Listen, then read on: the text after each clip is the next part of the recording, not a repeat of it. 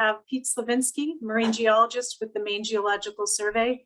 Pete's a busy guy providing information to a lot of folks, doing presentations like this. And he's the lead on many related projects, including a pilot living shorelines project that's happening right now in the Casco Bay region.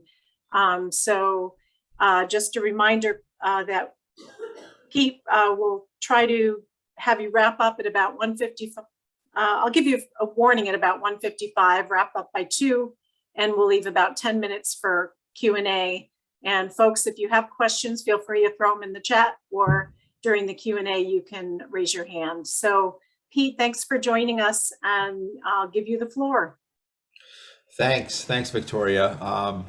Thanks for the invitation to speak here, and it's nice to see some faces that I haven't seen in quite a while, even though it's virtually, and nice to see some people that I work with on a regular basis again. So I should be more brief than what Victoria said, so hopefully we'll get through everything on a fairly quick basis, and leave a lot of time for questions and discussion, because really this is why I'm here. It's to provide you with some background information, but it's also to be here as a resource to you in terms of any questions you have or any guidance I can provide based on my experiences.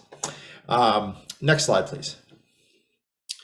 So I'm going to give you a little bit of a background on what drives some of the sea level changes that we're observing on a global and on local scale, talk a tiny bit about some of the trends we're observing in terms of sea level rise and nuisance flooding, storm surge, things like that, and end speaking a little bit about some of the identified impacts that you could probably relate to as a community representative or someone who is working on resiliency. And we'll end with a couple tools that the state has put out there that I think are very useful in terms of thinking about these issues.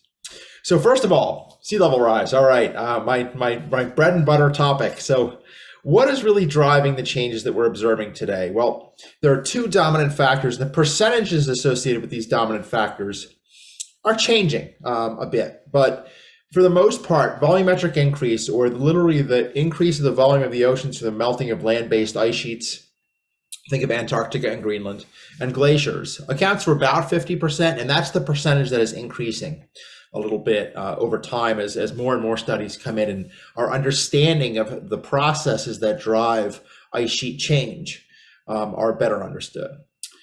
And about 40% is due to the concept of thermal expansion. You've probably heard that term. It's literally the water column expands as it warms. And that accounts for a large percentage of change, and historically has been greater than the volumetric increase that we've been seeing over the last 20 years or so. And about 10% is due to a variety of other factors in terms of what we do on land, in terms of storing water, how we use water, vertical land motion. In other words, is the crust of the earth still sinking, or is it rising in response to glaciers receding? What is it doing in response to hydrocarbon extraction, things like that. Changes in ocean circulation are important, especially in the Gulf of Maine, because of the way the Gulf Stream actually plays a role in our sea levels.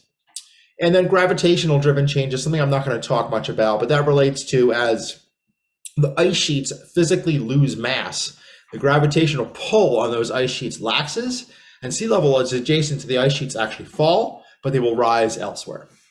So there's the dominant factors. Next slide, please.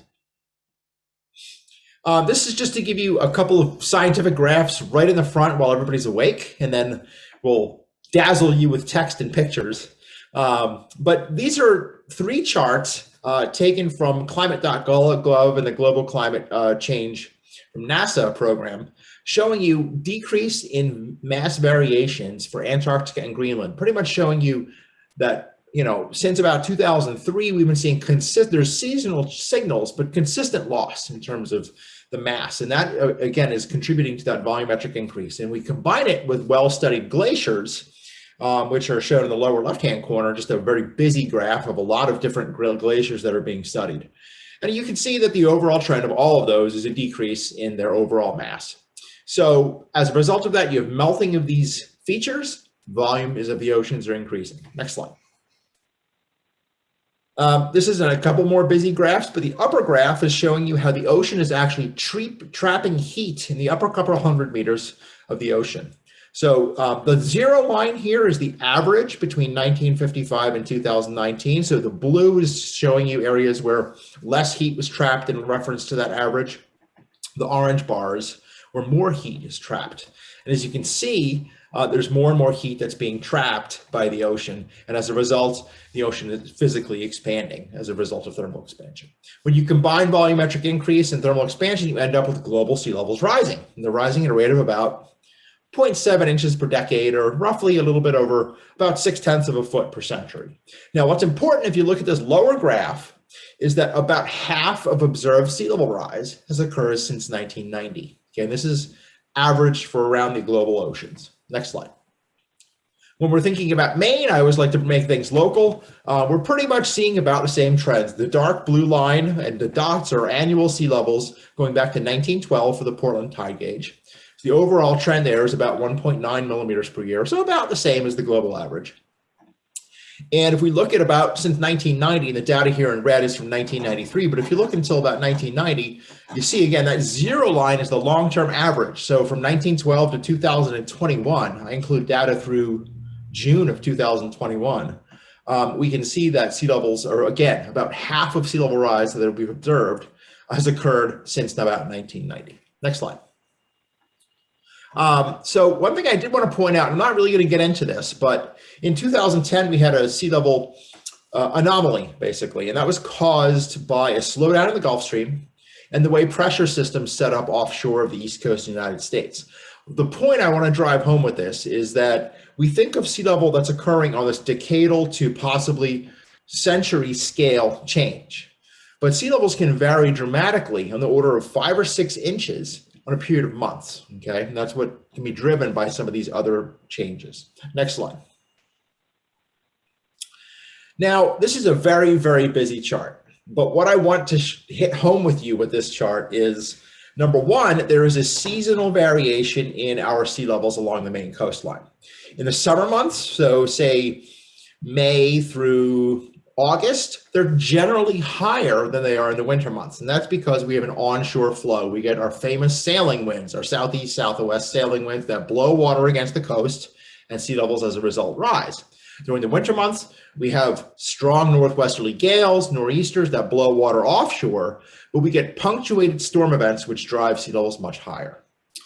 The other point here is that almost all of our highest monthly sea levels occurred in the last decade, except for 2 months in Portland, 1996 and 1970 in September and November, respectively. But all the other ones you see there are basically in the last decade. And 2021 is trending in these red dots. So each month over the last couple months of 2021 we had a second highest sea level in January of 2021, then it dropped slightly, and then it was back up in April. Now it's slightly down, but it's all over the historical average, which is this red line, okay? Next slide. So where might sea levels go? I could talk to you about global changes and global scenarios. I want to make it local. We have done work in conjunction with other scientists for the scientific and technical assessment for the Maine Won't Wait and Maine Climate Council work. And this graph was taken from that, and it's showing basically our long-term tide gauge data in Portland in this dark blue line.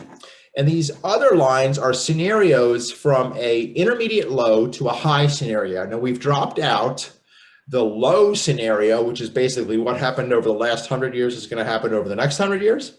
And we've dropped out the extreme scenario, which really is going to take quite a bit of work to get to there, I guess you could say. And we're left with these 4 different scenarios from intermediate low, intermediate high to high.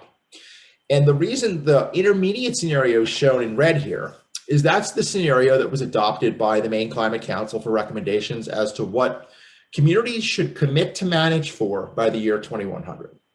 And there's these red bars around this 4 foot by the year 2100 number because most of these curves are what we call central estimates. So those will have a 50% chance of occurring. They could be met or exceeded, okay? So 50% chance that those numbers could be met or exceeded.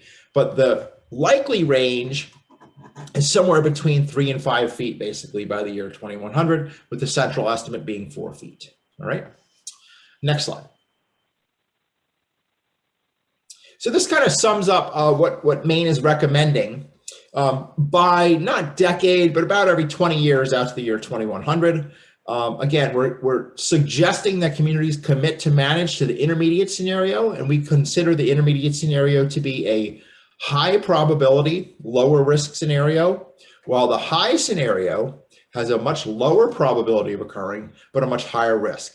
So commit to manage to me means let's start putting regulations in place. Let's start actually planning for those numbers. Well, prepare to manage means if we're doing alternatives analysis for critical infrastructure, let's think about how we'll be able to adapt infrastructure should sea level rise higher than the intermediate scenario numbers.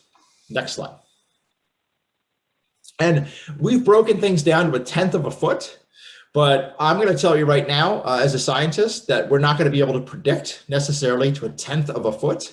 So our recommendation is to use the numbers of 4 feet and 9 feet for those to commit and prepare to manage numbers. Next slide. So why were these scenarios chosen? I kind of got into the intermediate scenario a little bit, but this really drives it home. The U.S. National Climate Assessment basically stated that it's very likely that sea level is going to rise between 1 and 4 feet by the year 2100. So using that 4-foot number made sense with the recommendation coming from the USNCA. There's a good probability that the intermediate sea level rise scenario is going to be met by the year 2100. And the high sea level rise scenario has a much smaller probability of occurring, so we wanted to include it in there. As that lower probability, higher impact scenario. The other reason we chose to include the high scenario was if we just have intermediate sea level rise, we have historically recorded storm surges of about 4.5 feet that are going to push our water levels up towards that 9-foot range, even if we just have up to 4 feet by the year 2100. Okay, next slide. So what do these scenarios actually assume? There's a lot of scientific assumptions that go into these things and a lot of scientific data that feed these curves. But basically, input from land-based ice sheets and glaciers, thermal expansion, changes in ocean circulation, what we're doing with resources in terms of water and hydrocarbons, crustal adjustments of the Earth, and then gravitational changes are included. Now, again, these scenarios are what I call central estimates. That's the 50% chance of being met or exceeded, but have those likely ranges. So even though we're using a number that's the 50% value, there's a range of values. Think of it as the error bars around those curves. Now our scenarios use a start year of 2000. If you want to plan for the next 30 years, for instance, you could adjust those numbers relatively easily to a starting point of 2021 out to 2041, for instance. These scenarios include measured land motion, okay? So what is Portland doing over a long period of time? We know that it's slightly sinking, all right? So that's included in these numbers. And I'll get into this later, but we have some mapping that we've done, and it uses the highest astronomical tide as a starting point, which is a little bit higher than other water levels that are used. Next slide. All right. So that's sea level rise, and sea level rise is going to be exacerbating the things we see on a day-to-day basis, or on an annual basis, or decadal basis, which is storm tide and storm surge. There's a difference between these two. I'm not going to really get too much into the details, but basically, if you have a predicted tide of 10 feet, like this example shows, and a recorded water level of 14 feet, the recorded water level is the overall water level that's achieved. That's called a storm tide, while your storm surge is the difference of those two. And the storm surge is caused by storms, hence the name, that literally push the water up against the coastline. Next slide. But why is that really important? In Maine, there's really only a 1-foot difference between what we consider to be our king tide event. So in Portland, that's around 12 feet mean low water, and a 10-year storm. So our last 10-year storm, think it was the Patriots Day storm of, not Patriots Day, yeah, Patriots Day storm of 1991 was a 10-year, 2007, sorry, was a 10-year event, all right, in terms of water level. So next slide. So that's the only 1-foot difference. That's up to 13 feet. And there's also only a 1-foot difference between our 10-year and our 100-year stormwater level. Our 100-year stormwater level is from the February 7th, 1978 nor'easter, and was approached also in the nor'easter of 2018. So next slide. So that's 14 feet, okay? So what I want to get across to you here is just 1 foot of sea level rise will make our 10-year storm event have the impact of a 100-year event. Okay, so that's pretty significant when we're thinking about this from a planning standpoint. Next slide. So another one that I like to go back to is that February 7th, 1978 event, which was a high tide of 11.3 feet and only a 3-foot storm surge. Our maximum observed storm surge in Portland is 4.7 feet, all right? And from this event in 1978, there were hundreds of millions of dollars of damage throughout New England and tens of millions of dollars of damage, which would equate to hundreds of millions of dollars of damage if it happened again now in Maine. So next slide. So what I ask myself and what I pose to you folks when you're thinking about these things is, all right, that's what we've had. That's our 1% or 100-year storm event. What would our superstorm look like? Well, it would be next slide. It would be a king tide instead of just a high tide of 11.3 feet. So we're already at 12 feet.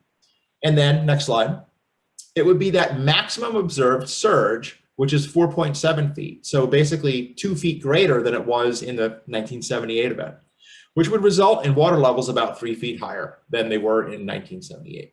Next slide. All right, let's get into some impacts. All of your communities have low-lying areas that probably have what we call nuisance flooding. So that is, I'm thinking of in Phippsburg, for instance, Route 209, access to Papa Beach State Park and you know the point there. But this example is from Portland. Nuisance flooding is probably one of the most observable examples of how climate change is influencing infrastructure and the way it influences our daily lives. Right now in Portland, downtown Portland, along Commercial Street, along Back Cove, floods, if we look over the last 100 years or so, about 4 hours per year. If we look at the last decade, that's up to almost 14 hours per year, all right? So we're already seeing an increase in that frequency. So what I asked myself was, how might this change in the future with just a little bit of sea level rise? Next slide. Those numbers would increase by 10 to 15 fold, okay? And these numbers are common for locations along the East Coast of the US where we see nuisance flooding as a common occurrence now.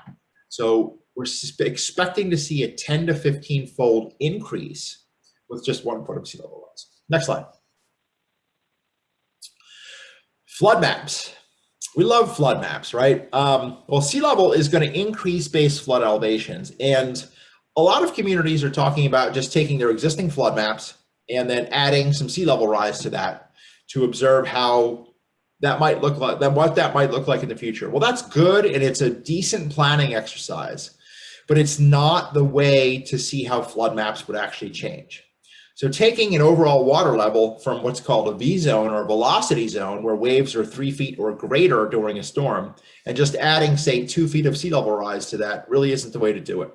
The way to do it is similar to what was done in a project we did in Penobscot Bay, NOAA funded project, is to actually raise the starting point of sea level so your overall water levels increase, then run models that show how waves increase and how waves will propagate over that deeper water, and then derive your new flood zones from that. And this example that I'm showing here just shows you how flood zones for existing site in Belfast change when you do that kind of modeling.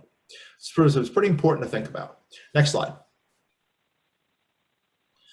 I like the way Portland and South Portland are kind of thinking about floodplain overlay and resilient zones. So the way they're thinking about this moving forward is to create different tiers within each of those tiers in their community.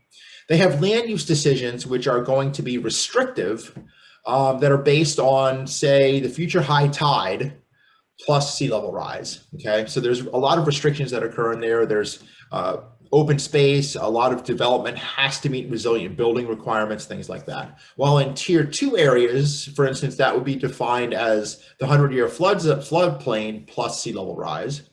Other standards are implemented, and then tier 3 that has a lower flood risk could be defined a different way, and then additional different overlays are implemented in there. So this is just an example of how one community or two communities are starting to think about this issue. Next slide. Going back to infrastructure, we're talking about peninsular communities and a lot of communities that depend on 1 or 2 roads, really, that provide access to vital areas of the community. This example is from Deer Isle Causeway, another very, very low-lying road that is at risk to storm surge and also sea level rise. But right now, on a statewide basis, if we looked at all the roads in the state, there's only about 20 miles of roads that are at risk, roughly, to monthly tidal flood. Next slide. With that 4 feet of sea level rise, we'd be looking at about 120 miles of road that would be at risk. And again, it's going to be those peninsular communities that are really, really going to be at risk from this, because they're your lifeline to the mainland, basically, and also the way you get on and off in emergency situations. Next slide. Wastewater treatment plants are also at risk. There are 10 right now that are mapped in FEMA's special flood hazard area. So they're maybe basically mapped in existing flood zones. There's a reason we've done this. Stuff flows downhill, and it's easier to have it flow downhill and then treat it at a lower area than it is to pump it uphill. That's why we've cited our wastewater treatment plants in at-risk areas. Studies that were done as part of the Maine Won't Wait report showed that with little amounts of sea level rise by the year 2050, basically, 6 of these could be permanently inundated with pretty large economic value damage. Next slide. It's not only sea level rise that we need to think about. Sea level rise, again, is going to be exacerbating some of this tidal surge flooding that I talk about. Well, when you combine it with larger precipitation events like this example from September 2015 in Portland, where 6 inches of rain or 5 inches of rain fell in 6 hours, which is a 1% event, you end up with water backed up everywhere. So I'm kind of throwing some examples of regulations also in these slides that I think that need to be addressed. Number one is Chapter 500, Stormwater Management. We need to start thinking about how sea level rise and future rain events are going to be impacting these kinds of things. Next slide. Our open coast areas along southern Maine and also in Casco Bay are at risk to storm damage, and the Maine Won't Wait report basically showed that about $17.5 billion of infrastructure is at risk by the year 2050 if we have storms on top of that. So one way to address that is through your comprehensive planning and through floodplain management ordinances. They could be standardized to include language related to sea level rise. In fact, there was a bill that went through that pretty much states for comprehensive planning, you need to think about the new numbers for sea level rise that the state has implemented. But from the floodplain management standpoint, that's a really low hanging fruit that communities can tackle to create more resilient infrastructure. Next slide. A lot of you, and some of you have worked with in the past on marshes, but a lot of you are concerned about what might happen to your marshes. Right now, we do have relatively stringent regulations in Chapter 310 as it relates to existing activities and permissible activities in marshes, but it doesn't even touch on sea level rise. We have done studies to show how sea level rise might impact marsh migration in the future, but Chapter 310 says nothing about, we need to think about future coastal wetlands, for instance. Make space for coastal wetlands, things like that. So these are very, very important buffers, both from a pollutant standpoint, but also from a storm resiliency standpoint, but they also are vital habitat to threatened and endangered species. Next slide. Our beaches are another great example of an economic draw for people within the state and from out of the state. And they're also extremely vital as that first line of defense for both natural features behind them and infrastructure. Our studies are showing that about 40% of the current dry beach, so that's the example you see here, it's from the high tide line to the vegetation line or seawall, could be lost with 1.6 feet of sea level rise. So that's pretty significant when you're thinking about it from both a resiliency standpoint and also an economic standpoint. Next slide. Same thing with our dunes. We have a large percentage of our dunes that are developed because we see them as good places to live. But again, some of these dune systems also are vital habitat. So this is a pitch pine forest from down in Saco, but the same thing exists in Phippsburg, and it's a vital piece of habitat that there's not a lot of in Maine. So we're seeing about 60% of our undeveloped dunes and about 90% of our developed dunes could be inundated with that 1.6 feet of sea level rise. Now, our coastal sand dune rules are one location where we actually do talk about sea level rise. The number is 2 feet over the next 100 years. It's not 2 feet by the year 2100. So that needs to be updated to be able to take into account some of the updated science that we're talking about. Next slide. Now, a large portion of our coast, including some of the communities that we're talking with here today, are made up of erodible bluffs. And about 50% of the Maine coastline is made up of these bluffs, and we've measured about a third of them are being eroded. And as a result, a lot of them are being armored at high rates. Now, I don't know in each community if that's really a worry about what's going on, but in some communities, there is a big worry about armoring of these bluffs. And there should be a worry about it because these bluffs supply all the sediment to the nearby mudflats and coastal wetlands that our regulations are structured to try to protect. Yet we allow for these bluffs to be armored. So if we armor these bluffs, we protect the upland property adjacent to it, but cumulatively, we cut off the supply of sediment to the resources that we are trying to protect by placing a wall outside of the resource. So Chapter 1000, which relates to shoreline zoning and the siting of structures and setbacks and things like that, needs to be updated, along with the way we approach shoreline stabilization. There needs to be a larger focus, I think, on living shorelines. And hard structures are going to be necessary in some locations, but we also need to think about the cumulative impact that these structures have on the resources that we're trying to protect in our communities. Next slide. All right, summaries. Half of the observed sea level basically that we've seen in Maine and on a global scale have occurred since the early 1990s. So that rate of sea level rise that we're seeing is definitely on the uptick. Short-term sea level rise changes due to abrupt causes do occur. And it's not just that long, slow change that we're observing over time. I gave you some good examples of how relatively minimal amounts of sea level rise are going to impact both nuisance flooding and also the impacts of larger storm events. Next slide. And I talked a little bit about the way Maine is approaching this committing to manage for a higher probability, lower risk scenario and preparing to manage for a lower probability, higher risk scenario. And the scenarios are listed below for the intermediate scenario and the high scenario, and those numbers are reflected in the Maine Won't Wait report as well.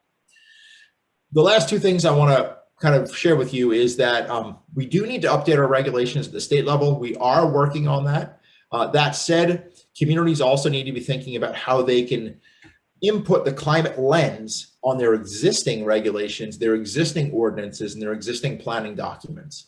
And we need to continually work, and Maine Won't Wait has actually done this, that every 4 years we're going to be revisiting the science behind the numbers associated with what we're planning for. So we want to try to stay up to speed with the best available science, because if we were having this conversation 10 or 15 years ago, I'd probably be telling you to plan for 1 or 2 feet of sea level rise, not 4 feet of sea level rise by the year 2100. One of the key points also is that although we've set these planning goals for the year 2100, there is no expectation that sea level is necessarily going to stop rising by the year 2100.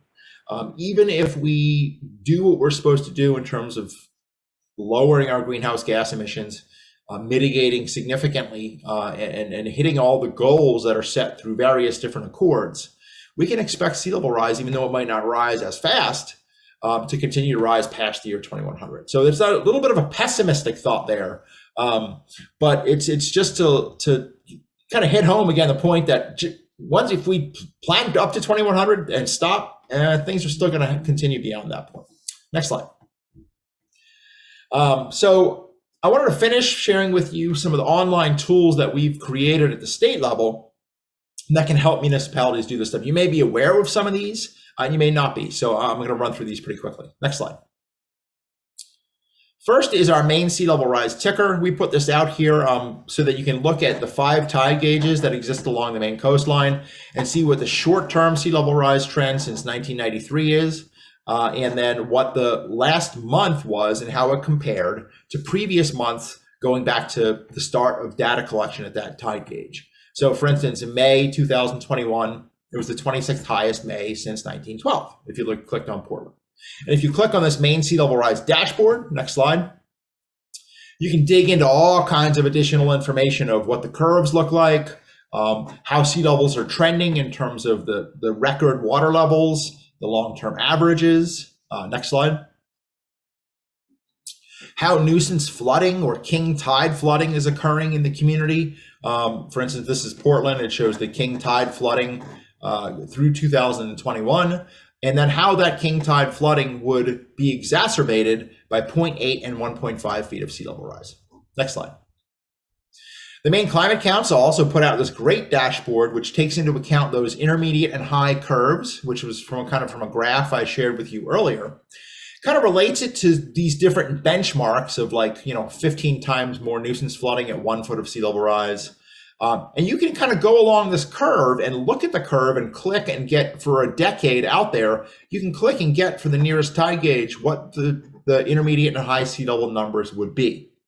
So this kind of relates to those planning scenarios which we talked about of going out to the year 2100 for the intermediate scenario and the high scenario. It kind of gives you real world numbers to work with. So that's a really nice little dashboard. Next slide. Of course, our Maine floodplain management program has the Maine flood hazard map. You can zoom into your community and kind of see what the flood zones are in your community for effective and preliminary flood zones. Next slide. We've put out a sea level rise viewer, which allows you to zoom into areas like the basin and Harpswell and look at how sea level rise might impact that. And again, we use the highest astronomical tide as the starting point, and then we add sea level rise to that. So it's kind of like a static bathtub model per se. Next slide. There's been a great tool that's been put out by our partners at the Maine Natural Areas Program, which is a marsh migration viewer. I worked with some of you communities on the development basically of this marsh migration viewer, but I think back in 2012. So this is the culmination of that. You can kind of view where existing marshes are and how they might change in response to sea level rise in the future. Next slide. And from that, the Maine Natural Areas Program has developed what they call the Maine Coastal Undeveloped Blocks Viewer.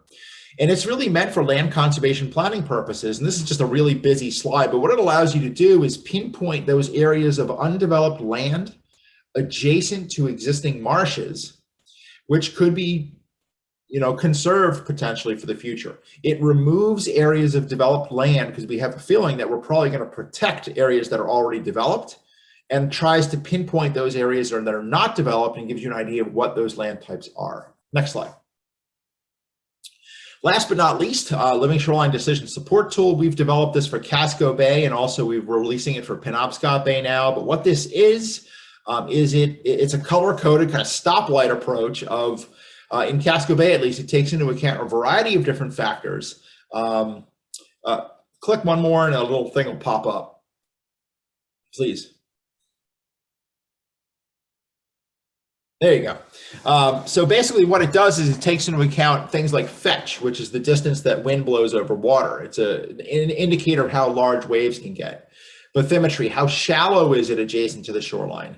What's the landward shoreline type? So if you turn around landward from the shoreline, what does it look like? Is it a bluff? Is it a rock wall? If you turn and look seaward, is it a marsh? Is it a mud flat? Or is it a ledge in front of you? How high is it? Is it 10, 15, 20 feet in the air, or is it 5 or 10 feet in the air? What direction does it face? So if you're going to be planting vegetation, if it's facing south or southwest, does it grow a lot better than if it's facing to the north? So it gives you a lot of these different scores and then color codes them as to moderately suitable, highly suitable, possibly not suitable, and not suitable. So it's a kind of a good planning tool for living shorelines. Next slide. And with that, that's what I've got for you. And I think I've nailed it in terms of the timing, and we've got a decent amount of time for conversation. So just ending here, we're going back to Portland. This is for folks that have been over at Whole Foods. This is not a time when you want to drive out of Whole Foods when the road is flooded in front of you. So just don't use the exit at that time. So thanks for your time, and I'm here for questions, and I'll be here for part of the rest of your agenda until the break. So thanks. Thank you so much, Pete. Pete, I wonder if you could just, in one sentence, explain or define living shorelines. Some people might not know what those are, and you've referenced them a couple times. Sure. So living shoreline is really a broad term. Some people call it nature-based solutions, which that makes it a lot clearer, right? It's kind of an approach where you're kind of mimicking natural features along the shoreline to try to mitigate for coastal erosion, basically, or flooding. That's one way to define it. So it's kind of taking natural features like wetlands or rock bluffs, or for instance, outcrops in the surf zone, and thinking about ways to implement those in a way that curtails erosion, that does not just cut off that supply of sediment from the upland to the wetland that naturally occurs when you get erosion of features like bluffs or dunes. So it's a kind of a different approach to think about ways to stabilize the shoreline without putting in gigantic rock walls or bulkheads, things like that. Thank you, Pete. Questions for Pete? You could either use the raise hand feature, physically raise your hand, or put a question in the chat. Mark Ironman. Pete, you talked about the issue of the FEMA floodplain mapping in coastal situations and the sort of how you adjust those for sea level rise, and the fact that you can't just add 2 feet onto the velocity zone rise. Is there any ongoing effort to model what the impact of 4 feet of sea level rise or lesser rates will be on the new FEMA floodplain maps? That's a great question, Mark. There is an effort currently underway. It's probably going to be targeted to certain areas. I'm not sure which areas yet, but there's an effort with DOT underway to look at how flood zones will change with sea level rise. So it's going to take dynamic modeling, wave modeling, Right. and approach it from that standpoint instead, because DOT is very interested not just in the 1% storm event, for instance, which is what flood maps are supposed to show, Right. the 100-year storm. They want to know, well, what's the 10% event? So that 10% event is the event that has a 10% chance in occurring in any given year. So from an infrastructure planning standpoint, sometimes that event is a lot more important than the 100-year event.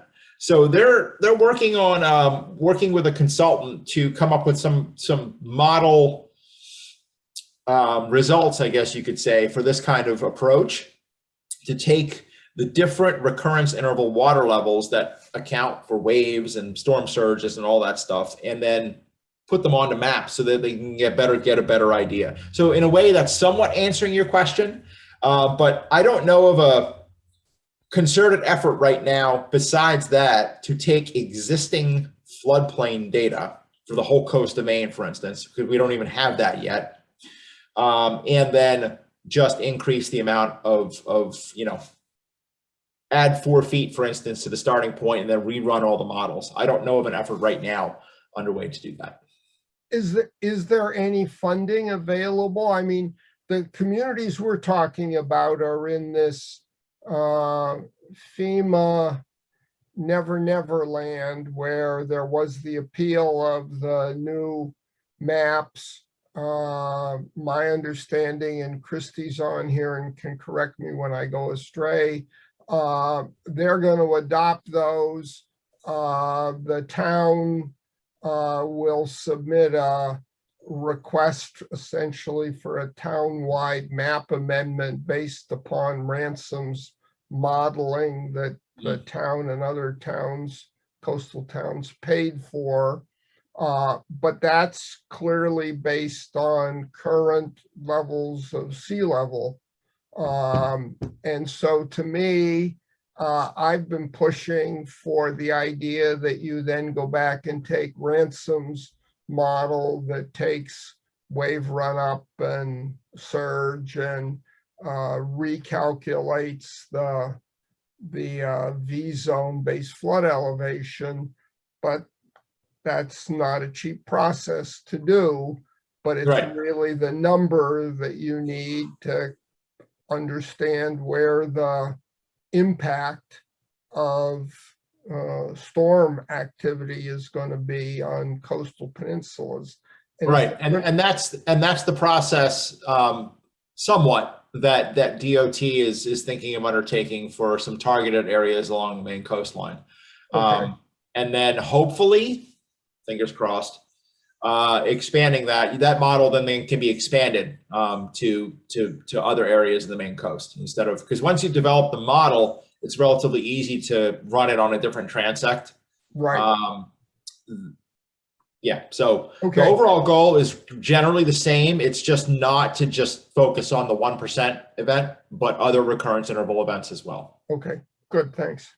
Yep. Thanks, Mark. Thanks, Pete. Other questions for Pete while we've got him here?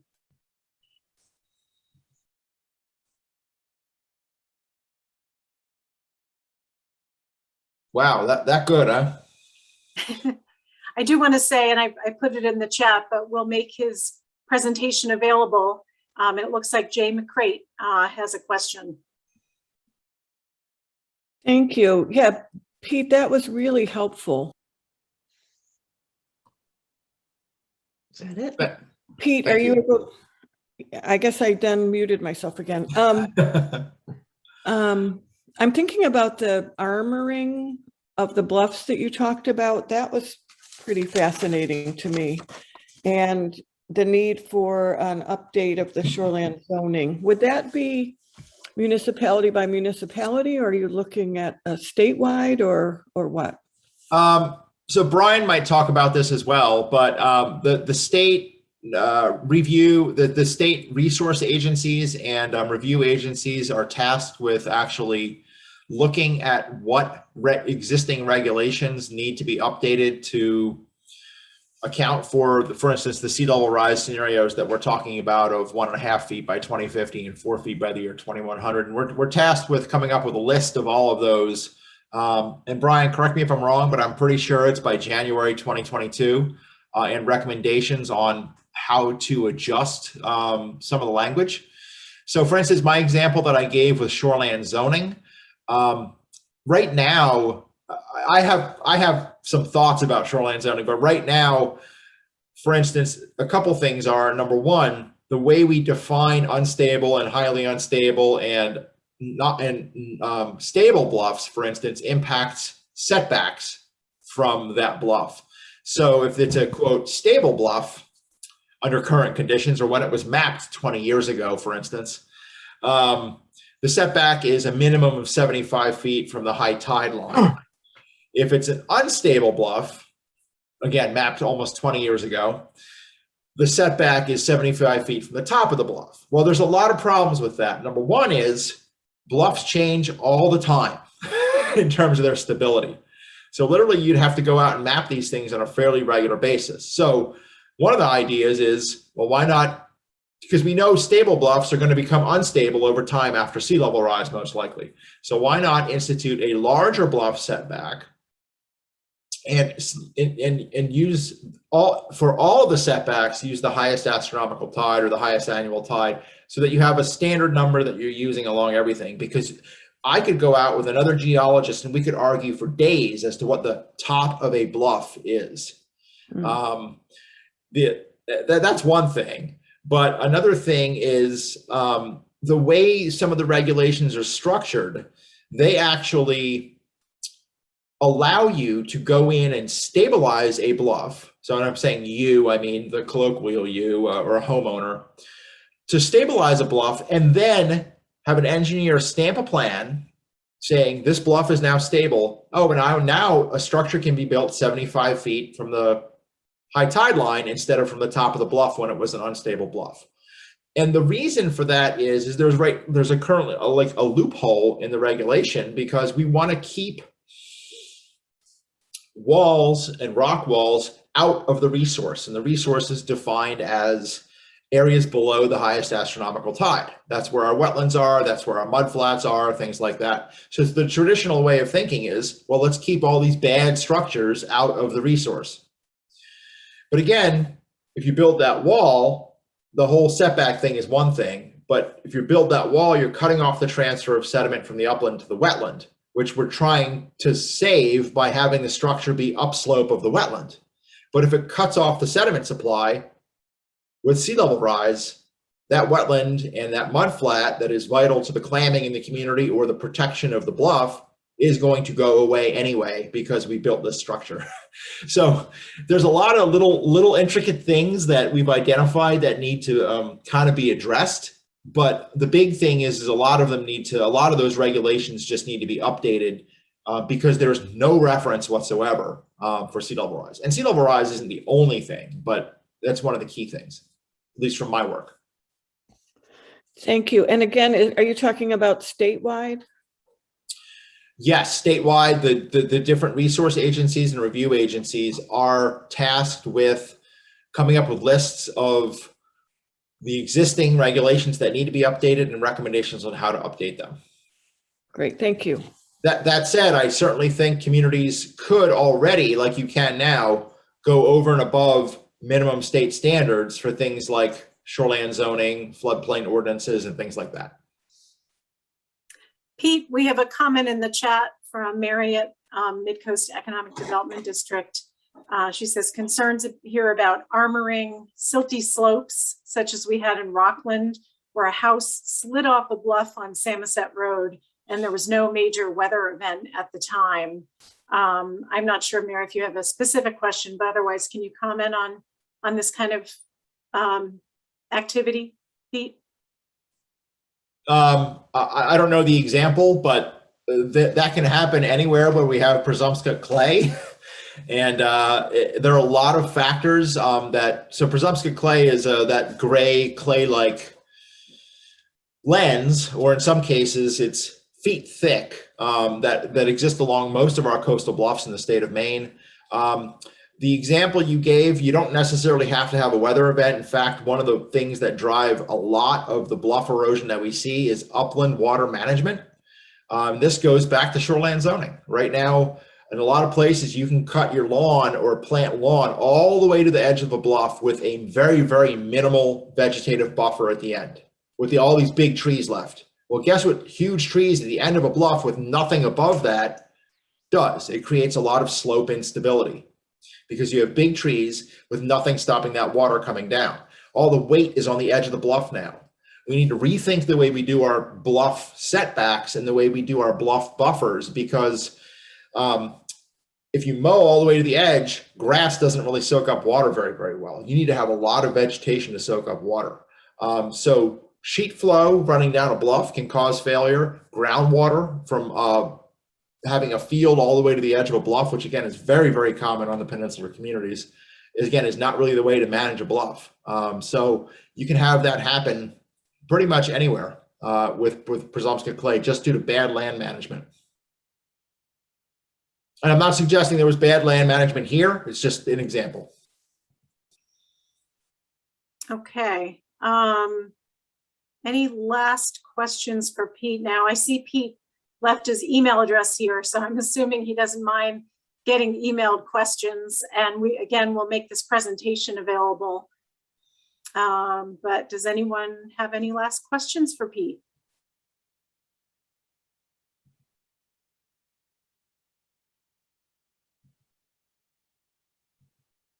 Great. Well, thank you for your time, everyone, and enjoy the rest of the workshop. Pete, thank you so much. We